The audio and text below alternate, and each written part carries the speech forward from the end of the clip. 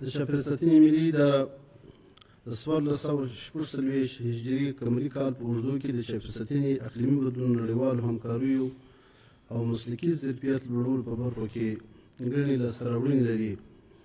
د اقلیم بدلون په برخه کې د افغانستان ملي ستراتیژي یا انګلیسي سند بازنګري شوی او بیا کتنې بشپړه شوې ده. د افغانستان د اقلیمي بدلون د افغانستان د ملګرو ملتونو د اقلیمي بدلون برخې ته وړاندې شوی. دغه راز لومړی ځل و چې افغانستان اسلامي امارت په کاپ 29 کې تیر کال اشتراک وکړ چې په آذربایجان هیواد کې دایر شوی و. د آذربایجان د هیواد څخه هم ډېره مننه چې افغانستان دې په دې کې اشتراک وکړی و. د افغانستان د اقلیمي بدلون او چاپېریال ساتنې په برخه کې یو شمېر پروژې چې د دې ادارې له طریقه څخه د NFCC کنوینسیون یا اقلیمي بدلون نړیوال کنوینسیون څخه چې د هغوی تر چتر لاندې ځینې صندوقونه دي چې د هغو صندوقونو څخه ترلاسه شوي دي. په دې کې یو د جپ نړیوال صندوق دی چې د 20 میلیون ډالرو په ارزښت د کم کاربن خپرونکو له لارو چارو پروژه ده او دغسې د جپ لخوا څخه د هغه صندوق لخوا د 10 میلیون ډالرو په ارزښت د اقلیمي بدلون سره د مبارزې ټولنه محوره پروژه ده او دغسې د جیپ LDCF له لارې نږدې 9.9 میلیون ډالرو په ارزښت او د مونټریال پروتوکول اړوند د موريټي ریل پونډ له لوري 4 پروژې منظور شوي دي. د HCFC ملي موجودي پروژه د 90,000 ډالرو پر ارزښت باندې ده او داسې تقریبا ټولې پیسې چې د دې کېږي تقریبا 40.4 میلیونه ډالر ده چې دا پیسې ځینې پیسې د افغانستان کې چې کومې انټرنیشنل موسسات دي په دې کې 20 میلیونه ډالر د UNDP موسسې له طریقه څخه د هغوی سره په هماهنګي باندې خبره روانه ده چې په افغانستان کې مصرف سي او 20 میلیونه ډالر په دې کې د PO موسسې له طریقه څخه پر هغه باندې د هغوی سره موضوع روانه ده چې په افغانستان کې مصرف سي خو کارونه یې تر اوسه پورې مراحل تېر سوي نه دي. نږدې ده انشاءالله چې دغه پروژې په افغانستان کې عملي سي. همدارنګه د افغانستان د اسلامي امارت د چاپېریال ساتنې ملي اداره په تیر کال کې د نړیوالو او داخلي موسساتو سره په هماهنګي په افغانستان کې 11.7 میلیونه نیالګي غرس کړي دي. د هغه نیالګي دي چې د زراعت وزارت یا په نورو ولایتونو یا په مرکز کې چې د ښاروالۍ لخوا غرس شوي دي د هغو څخه بغیر دومره نیالګي تیر کال په افغانستان په مختلفو ولایتونو کې خصوصا د جنګلاتو د احیا کې دغه نیالګي غرس شوي دي. تاسو ته معلومه ده پخوا د جنګلاتو د احیا لپاره خو تقریبا د ډېر حد پرې کار نه و سوی. حتی د جنګلاتو قطع د عامو خلکو یو عادي روزګار و. اوس الحمدلله د ټولو جنګلاتو مخه نیول سوې ده. د بیا احیا دپاره یې کار روان دی. د افغانستان اسلامي امارت د چاپېریال ساتنې ملي اداره د دې نظارت او دغسې د زراعت وزارت لخوا یې طرفه یې مدیریت او یو شنه قطعه رامنځته شوې ده چې د وزارت داخلیه تر چتر لاندې کار کوي. هغوی د جنګلاتو د څار لپاره موظف شوې ده او هغوی دوامداره د جنګلاتو نظارت کوي. او بله خبره دا ده چې د افغانستان د اسلامي امارت زعیم امیر المؤمنین شیخ صاحب حفظه الله ورعاه له هغه له طرفه څخه هم په دې کې ډېر ټینګښت شوی دی چې څو تاسې دغه اړوند ارګانونه باید د جنګلاتو د حفاظت لپاره کار وکړي او چاته اجازه ورنه کول شي چې جنګلات قطع شي. او کوم کسان چې جنګلونه قطع کوي یا کار په دې کې هغوی کړي دي هغه خلک نیول شوي دي محاکمو ته سپارل شوي دي او هغه کسانو باندې اوس هم سار روان دي چې کوم کسان د جنګلاتو په قطع کې کار کوي یا په هغه سیمه کې کوم خلک نیول شوي هغه نیول کېږي او محاکمو ته سپارل کېږي. خو الحمدلله په ټول افغانستان کې د جنګلاتو مخه نیول شوې ده. اوس الحمدلله د افغانستان ټول جنګلات محفوظ دي. همدغسې د افغانستان اسلامي امارت چاپېریال ساتنې ملي اداره په ټولو ولایتونو کې شجربه مځکې لري. په دې مځکو کې چې دې ادارې دغه مځکې چې دې ته ورکول شوي وې په تېر وخت کې د قریې د احیا دپاره ورکول شوي وې. خو په تېر وخت کې موږ کومه قریه نه درلودل. نو اوس په تېر کال کې موږ وتوانېدلو چې دوې خوريې مو فعاله کړې تقریبا د 100 میلیونه افغانیو په اندازه مصرف ورباندې وسو یوه په غزني کې او بله په مزاره کې د نور دپاره مو هم کار روان کړی دی چې په دې کې اوس فلحاله موږ 2 لکه نیالګي لرو او دغه 2 لکه نیالګي یا به د دې څخه ډېر چې په راتلونکي کې به انشاءالله نور هم ډېر سي ځکه دا لومړنی کال دی د دې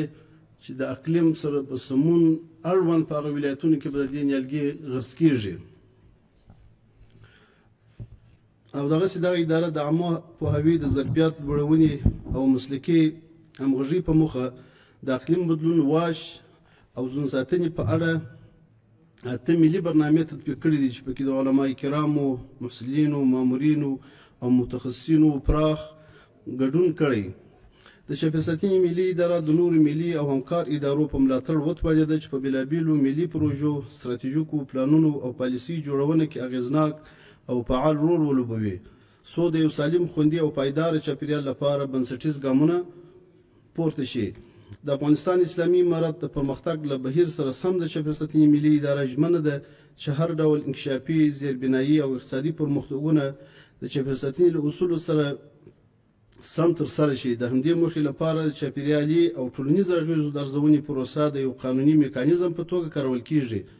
څو د زیان رسونکو اغېزو مخنیوی وشي او دوامداره پرمختګ بنسټونه ټینګ شي په همدې موخه د چاپیریال ساتنې ملي اداره د 1446 هجري قمري کال په ترڅ کې 1450 پرختیایي زیربنایي صنعتي او تولیدي فعالیتونه او د معدن پروژو د چاپیریالي او ټولنیزو اغېزو راپورونه ارزولي او طی مراحل کړي دي د جملې څخه 1148 لویې پروژې او فعالیتونه د تخصصي کمیټې له لوري تایید او چاپیریالي اجازه لیکونه یې ترلاسه کړي او 502 متوسطې کوچنۍ پروژې او فعالیتونه تخنیکي کارپوهانو لخوا ارزول شوي دي همداراز اداره توانېدلې چې د چاپیریالي معیارونو ټینګښت لپاره نه مهم راهنمودونه ترتیب او نافذ کړي چې پکې د تصفیه خانو لوړپوړیزو ودانیو فابریکو طبي لابراتوارونو موټر ترمیم ځایونو او یو شمېر نورو فعالیتونو لپاره مشخصې چاپیریالي اصول پکې وضع شوي دي د چاپیریال ساتنې ملي اداره باور لري چې د ارزونې قانونمندۍ او تخنیکي لارښودونو پر بنسټ د پرمختګ لاره نه یوازې چټکه بلکې دوامداره چاپیریال محوره او ټولمنلې شي په تیر کال کې د چاپیریال ساتنې ملي اداره د چاپیریالي ایکوسیستمونو او طبیعي میراثونو د ساتنې او مدیریت په برخه کې پراخې هڅې کړي چې په دې موده کې اداره وتوانېدل 1450 جوازونه او د چاپیریالي مطالعاتو له پیسونو څخه شاوخوا 12.7 میلیونه افغاني عواید ترلاسه کړي چونکې دغه اداره عایداتي اداره نه ده دا کوم جوازونه چې ورکول کېږي صرف په دې باندې چې په هغوی کې د چاپیریالي اصول په هغوی کې معیاري سي نو دغسې موږ کوم معدنونو ته چې جوازونه ورکړي دي په هغوی کې موږ یو بودیجه محدثتي په ټولو معدنونو کې شته نو دا اوس کې موږ کسان استولي وه او راتلونکي مو هغه کسانو د معدن وزارت سره په هماهنګۍ باندې مو کمیټه جوړه کړې ده چې هغه کمیټه ټول ولایتونو ته سفرونه وکړي هغه معدنونه چې هغوی بودیجه محدثتي موږ ته په تعهد کې راکړي او موږ هغوی ته جواز ورکړی دی د هغو ارزونه به وکړي هغه ګوري که کومو کسانو هغه بودیجه محدثتي هغه زموږ اصولو له مخې نه وی استعمال کړی د هغوی فعالیتونه درېږي او د هغوی څخه د اوس کې هم بیا هم تعهد د دې ټول څخه ایستل سوی و د ځینو سره د ولایتونو له طریقه څخه رابطه سوې وه خو چونکې په دې کې د چا سره زموږ 10 لکه افغانۍ د چا سره 20 لکه افغانۍ د چا سره د دې ډېره د معدنه پرې فرق لري دا موږ بودیجه محدثتي ورسره لرو چې د دوی زموږ سره په دې کې تعهد راکړی دی او موږ دې ته جواز ورکړی دی په هغه کې دا تعهد سوی چې به دا بودیجه محدثتي هلته استعمالوي په عین حال کې د طبیعي میراثونو او ساتل شویو ساحو په برخه کې هم پرمختګونه شامل دي د واخان درقد او کندوز د مهمو ساتل شویو سیمو نظارت او تخنیکي راپورونه برابر شوي دي د بندیامیر تخار او کندوز د ساتل شویو سیمو شته ستونزې ارزول شوي او د حل لپاره یې له سیمه ییزو ادارو سره همغږي سوې د نورستان ملي پارک د بایوفیزیکي ټولنیزو اقتصادي سروې کار پیل شوی د ښکار قاچاق او غیر قانوني پلور ضد اقداماتو له لارې تقریبا 15755 حیوانات او مرغان د نیول کېدو وروسته طبیعت ته بیرته پرېښودل شوي دي او عاملین یې د قانون منګولو ته سپارل شوي دي په دې کې موږ الحمدلله ښه پرمختګ لرو. تاسې به انشاءالله د دې شاهدان یاست چې په ټول افغانستان کې ښکار بند شوی دی. چې کوم کسان نیول شوي دي هغه مو قضایي ارګانونو ته سپارلي دي. چاته اجازه مو په افغانستان کې نه درکړې چې د افغانستان پر حیواناتو ښکار وکړي، چونکې دا د افغانانو یو مشترکه ملي شتمني ده. نو چاته په دې کې اجازه نه ورکول کېږي چې څوک د دې حیواناتو ښکار وکړي. د نړیوالو کنوینسیونو مطابق د ژوو نړیوال تجارت له طریقه مو 114 جوازونه صادر شوي. د کونړ ولایت د شیګل او د انګام ولسوالیو د نورو ساحو ابتدایي معلومات تحلیل شوي او د ساتل شویو سیمو په توګه د پیشنهاد لپاره برابر شوي. د ښکاري وسلو د وارداتو د مخنیوي لپاره اړوند وزارتونو ته رسمي مکتوبونه لیږل شوي او د مخنیوي لپاره اغیزمن ګامونه اخیستل شوي دي. د چاپیریال ساتنې ملي اداره د چاپیریال د دوامداره ساتنې په هدف د ککړتیاو د کنټرول زبالو د تنظیم شکایتونو ته د رسیدنې او پالیسیو د ملاتړ په برخو کې د 1446 هجري قمري کال په اوږدو کې لاندې مهم اجراءات ترسره شوي. د هوا د ککړتیا کمول او مخنیوی ادارې د مرکز او ولایتونو په کچه 3640 فعالیتونو څخه نظارت او ارزونه کړې، 283 فعالیتونه اصلاح شوي، 901 فعالیتونه بیا ځلې نظارت شوي، 814 فعالیتونو څخه کتبي تعهد اخیستل شوی، 301 جواز صادر شوي او په مجموع کې 1398 فعالیتونه اصلاح شوي دي. داسې د اوبو د فاضلابو کنټرول په کابل ښار کې د 1095 تجارتي، رهایشي او عمارتي ودانیو د فاضلابو سیستمونه ارزول شوي دي چې ډېری جذبي سیستمونه وو. خلکو ته سپارښتنه شوې چې سپټیک څاګانې معیاري کړي. سربیره پر دې د عامه پوهاوي لپاره 2000 اطلاعیې هم نصب شوي دي. موږ په کابل کې مخکې هم په دې کې تقریبا خصوصا په شفاخانو کې یا په نورو مراکزو کې یا خصوصا په صنعتي پارک کې جذبي ساحان وو. پر هغو باندې خو د وختي څخه کار شروع و. په اکثرو باندې موږ هغه ښاګانې دي دا سپټیک کړه او داسې په ولایتونو کې هم دغه سلسله روانه ده. زموږ د نظر تفتیش ټیمونه نه یوازې کابل مرکز کې بلکې په ولایتونو کې هم هلته د دوی نظارت روان دی. دا اوس مو لنډ کار پر دې باندې کړی د خشپزیو چې د خشپزیو یا د دې قورې چې په کابل او په ټولو ولایتونو کې شته، پر دې مو داسې کار روان کړی دی چې دغه قورې د کابل یا د نورو ولایتونو د ښار څخه ووځي اطرافو ته. په هرات ولایت کې ټولې خشپزۍ د ښار څخه لرې شولې، هلته هغه ځای چې ښار کې نږدې وې ونړول شولې. د خلکو سره په هماهنګي او په تفاهم د ښار څخه تقریبا په 50 کیلومتره حدود کې هلته دوی دا قورې د سر څخه نوي جوړې او ایجاد کړلې. دغه سلسله په نورو ولایتونو کې هم روانه کړې ده، چونکې د افغانستان د اوسنی حالت داسې دی چې ډېر د دې جوګه هم نه دی چې پر خلکو باندې سخت فشار راوړل شي. خو د خلکو سره په هماهنګي پر دې کار روان کړی دی چې د خشپزۍ ټولې قورې که په کابل کې وي او که په نورو ولایتونو کې چې هغه د ښار څخه لرې په ولسوالیو کې شي. داسې د طبي زبالو سیستم چې شفاخانو کې د طبي زبالو دپاره پر دې باندې مخکې موږ په ولایتونو کې سناتور نه درلودی. د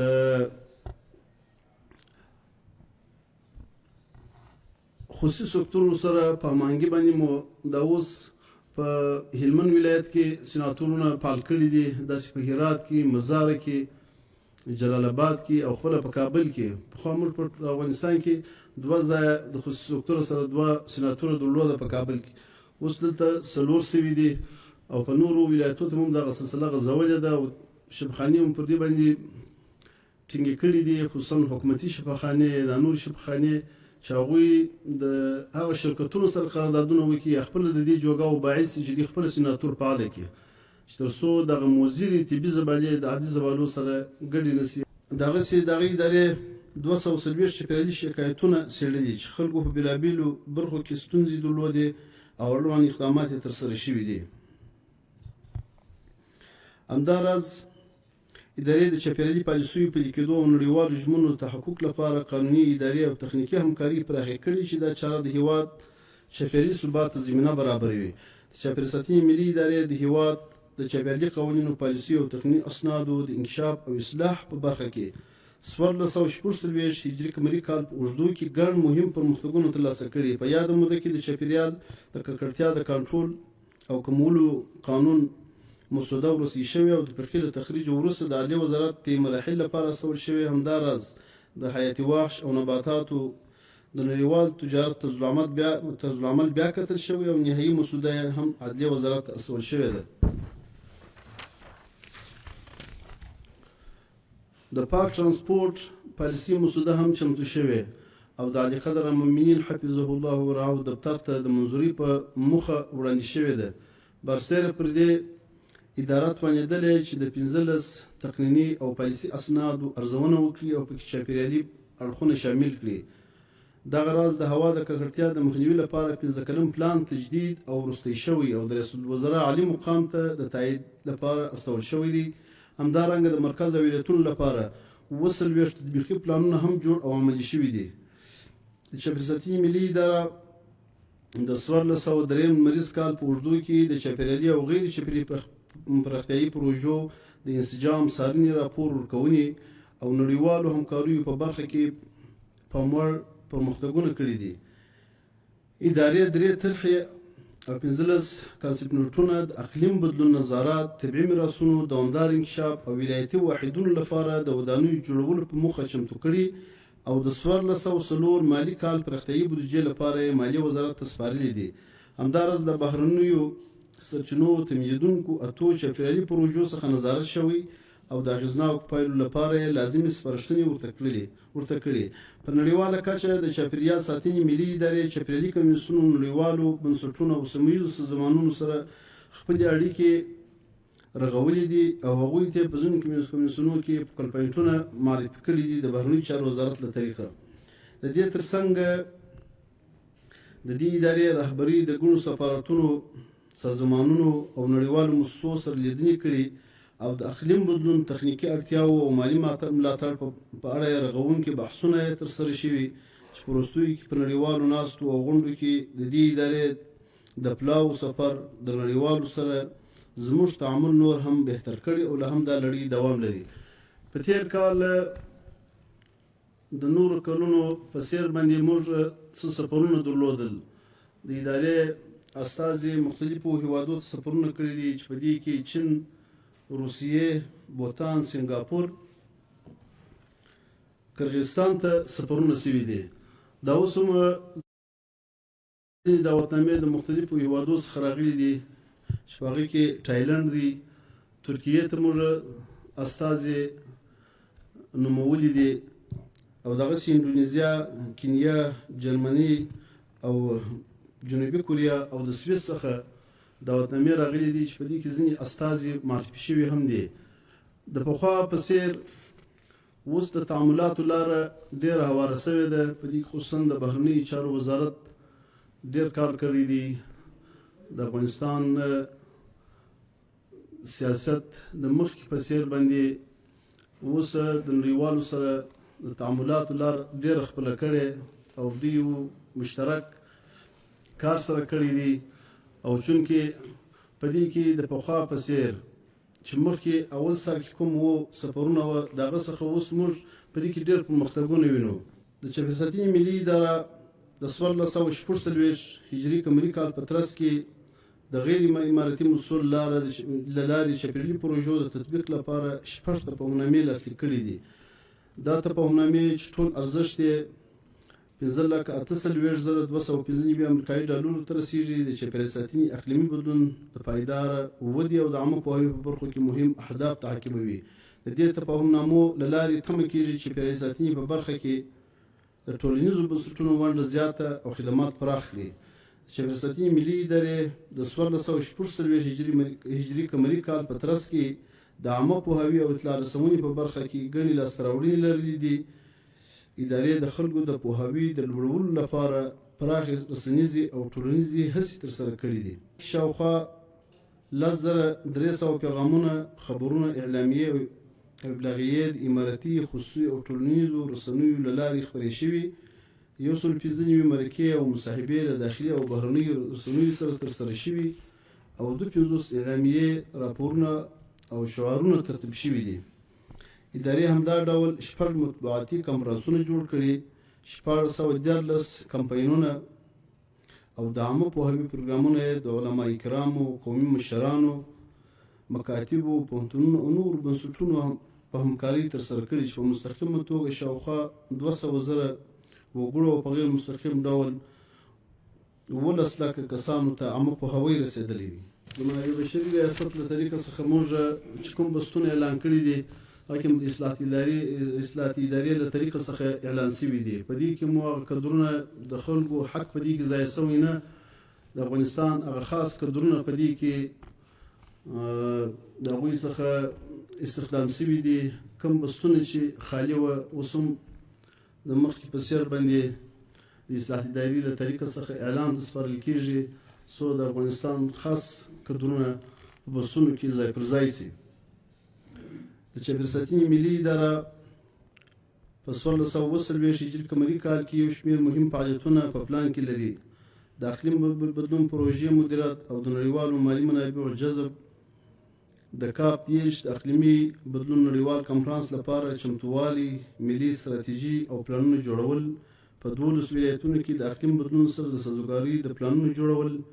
او تطبیق او د څېړنیزو پروژو پلي کول د راتلونکي کال د فعالیتونو او پلانونو مهمه برخه جوړوي. سربیره پر دې ادارې